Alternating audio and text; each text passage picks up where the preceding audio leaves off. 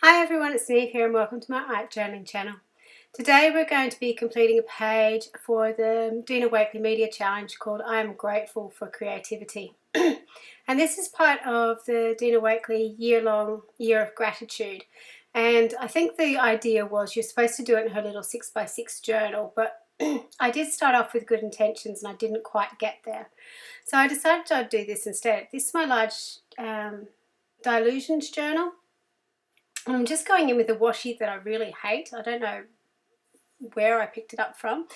And I'm just sectioning off the page. And this is something that I've seen James Whitbread, creative, doing a little bit recently with his illustrations. He sort of sections off areas and illustrates over them. I'm obviously not an illustrator, but I thought it'd be a cool idea to make these sort of random little windows and boxes to do some painting in.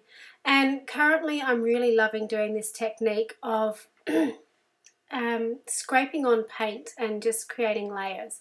So you can see I've got my used up journal there. I put on too much paint in some areas and I want to scrape it out, but I didn't want to waste it, so it went into my used up journal. I'm just being really careful as I'm scraping along though, not to scrape the paint underneath the washi tape. And while I am heating up the paint to dry it, which I wish I'd thought about at the end, but you'll understand that when we get there, washi will release with some heat, so just be prepared. You might need to push some of it down again just to make sure it's got a good seal so you're not going to go over the edge. I did gesso this page first. I didn't leave it as long as I probably should have, which also contributed to some issues I had later on at the end, which I'll talk about when we get there. So once I've done my background and made it look really grungy and messy, now I'm going in with my stencils. And because this is all about celebrating creativity, I wanted to use the things that make me happy, the colours that make me happy, the stencils that make me happy, just to make it look like a riot on the page. And while it looks really messy now, I knew once I released that washi tape, I would have really nice crisp clear white lines around it to sort of calm the madness. For those people who follow my channel a lot, you know that I don't do white space very well. One of my tricks that I use to add white space in is to actually stencil it in over the top. But I know actually underneath that washi I have got white space hiding, ready to be released as well. So I wasn't too concerned if, you know, the white wasn't everywhere, because I knew there was going to be some white on the page. And again, I'm just using up the excess into my journal. So I'm going in and heat setting my layers again, and with acrylic paint it is really important to heat set your layers as you go along. This is my new favourite stamp at the moment. It's just a piece of bubble wrap that I've cut down to size, and I'm just putting archival ink over. It's really, really handy. It is really random because not all the pieces are blown up and they've got little wrinkles in them. It's just a brilliant little tool to have, mark making tool to have. So here you can see I was really impatient to rip up my washi.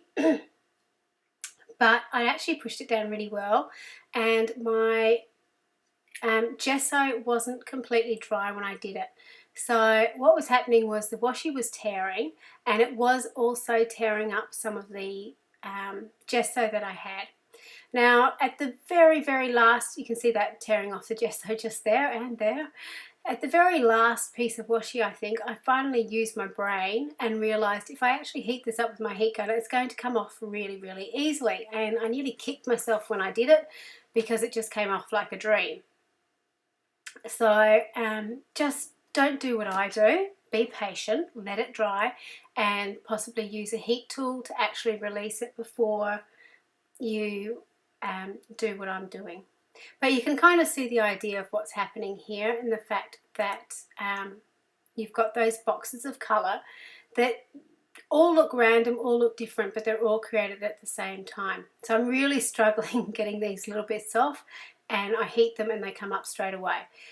So yeah, please use that trick. Please don't destroy your book like I did. It wasn't really destroyed in the end. I just need to go in with a little bit of white paint and fix it up. But if I'd actually been patient in the first place, I wouldn't have had to do that step. So just be aware that you can save yourself a little bit of work. So once I'm fixing up all these pages, I was thinking about what I was actually going to do with this, because while this was a riot of colour and a celebration of what I love about being creative, it probably needed to relate to the theme a little bit more. So I was thinking about some stencils I had, some tissue papers that I had that I could maybe lay over the top, or a focal image of some way, shape and form. I was even thinking about, stamping over some alphabet letters and stamping out "I'm grateful for creativity" across it, but I still wasn't 100% sure. The only thing that I really had in my mind when I started this process was doing this and blocking off those areas of colour. I hadn't really thought much further than this in the process. So once I was absolutely sure that everything was dry, then I go into the next step, which was getting out some of these tissue papers from Dina Wakley. Now these are two of my favourites. I love these abstract figures. I particularly love this big one because it's got the word "spill" on it, and I don't know what it is about art journaling in particular, but I just love that word "spill" because to me that's what art journaling is all about. It's about me spilling my guts, and whether it's just by spilling paint on the page or my thoughts or whatever I'm doing, just getting something down on the page is really, really important to me. So you can see on the left hand side I've actually flipped that tissue paper over to the wrong side to glue it down. Now because the tissue paper goes translucent, that doesn't really matter in the end. You can still see the blackness. It's obviously not as black as the one on the right hand side, but you can still see the image. And I was kind of playing around with my image, trying to work out where I wanted to put it so you could get most effect from the black on the page. With the abstract figure too, it did have an arm on it, but you can see I sort of put that to the edge of the coloured piece rather than to the edge of the page because I knew that it didn't really matter, it was going to blend in. So now I'm just going in with my Stabilo All pencil and just sort of redrawing the lines so it sort of matches up a little bit more and being really, really sketchy with it. I'm also going in with the black gesso and the What We Do stencil on the figure on the left hand side because it did have some writing on there, but it got obliterated, I suppose, by putting it the wrong way around. So I decided I was going to use the rest of this stencil to sort of put in the background on all the different little bits and pieces. I did,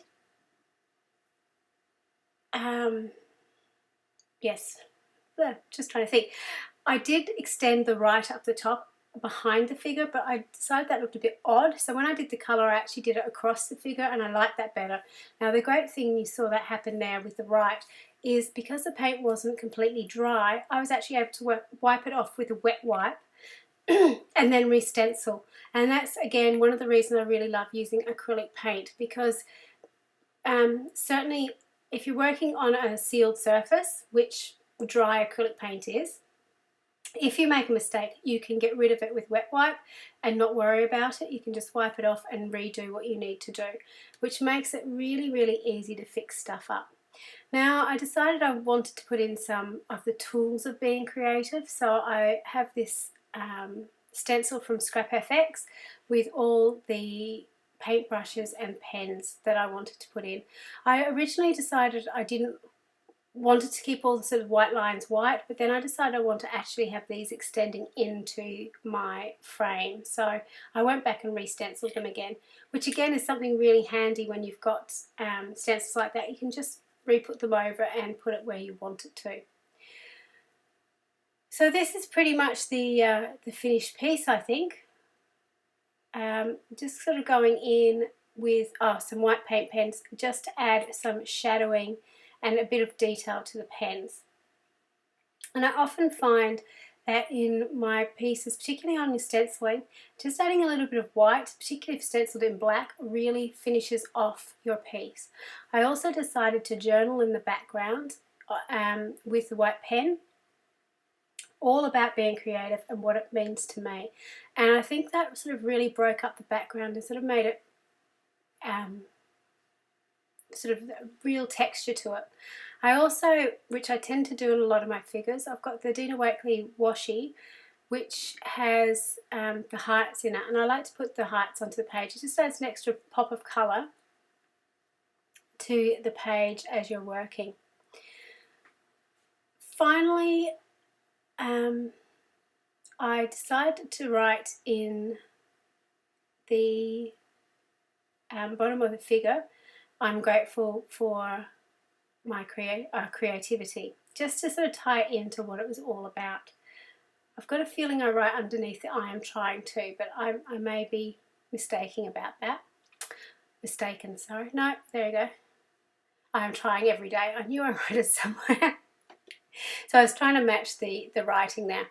Finally, I'm just going in and shadowing like I always do on my letters, just on the bottom left-hand side of each of them, just to make them pop out from the page again. I didn't do it on the behind the figure because I figured that would sort of blend in a little bit. So this is a close-up of the final piece. It was lots of fun to do. I know you've seen me do that scrape background before, but I'd really encourage you to maybe mask off some of your pages, or even on scrapbook pages would be a really fun technique to do, and just make all those little sections in one go, but then you end up with all these little gorgeous little frames to work with. Thank you so much for watching. Until next time, bye for now.